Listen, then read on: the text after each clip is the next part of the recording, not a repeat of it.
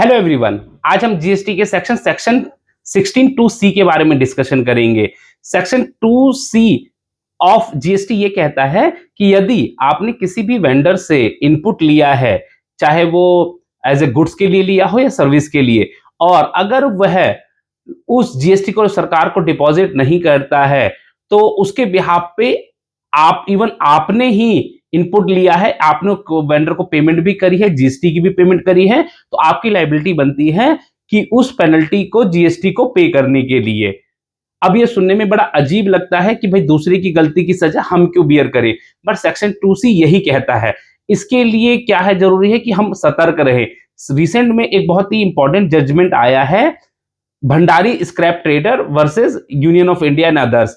इसमें supreme court ने decision दिया है कि 16(2)(c) को आर्टिकल 14 से लेकर 32 के बीच में चैलेंज नहीं किया जा सकता, क्योंकि ये एक संवैधानिक अधिकार नहीं है। ये आपको ऑप्शन देते हैं कि आप इसका इनपुट ले सकते हैं। ये गवर्नमेंट की तरफ से एक बेनिफिट दिया गया है, और बेनिफिट कभी भी अधिकारों में नहीं आता, ये ऑप्शनल होता है। सरकार ने इस ऑप्शन को छीन लिया है आपसे कि अगर सामने वाले ने डिपॉजिट नहीं करा तो ये आपको ही डिपॉजिट करना पड़ेगा। ये आर्टिकल 14 से 32 में नहीं आता। इसका मतलब ये नहीं है कि सामने वाला टैक्स डिपॉजिट नहीं करता तो वह एक सही पार्टी है। इसको किसी और कानून के तहत भी चैलेंज किया जा सकता है।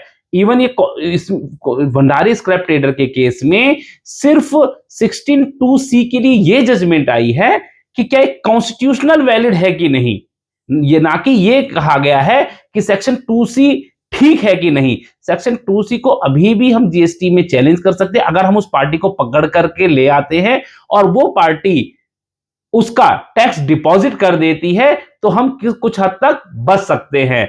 इसलिए अब आप कभी भी कोई भी सामान लीजिए, जब तक नई जजमेंट नहीं आ जाती है, तब तक 16(2)(c) से बचने के लिए कोई भी सामान या सर्विस लें तो उसका जीएसटी इमीडिएट आपके अकाउंट में आ जाए, ये एश्योर कराए। इसके लिए आप बहुत बार कॉन्ट्रैक्ट भी कर सकते हैं कि फ्यूचर में अगर कोई भी प्रॉब्लम हुई तो आप उस कंपनी के ऊपर पेनल्टी भी लगा सकते हैं। तो आपकी सेफ्टी आपके हाथ में है। जीएसटी में बच के चलिए और हमारे साथ अपडेट रहिए। Thank you.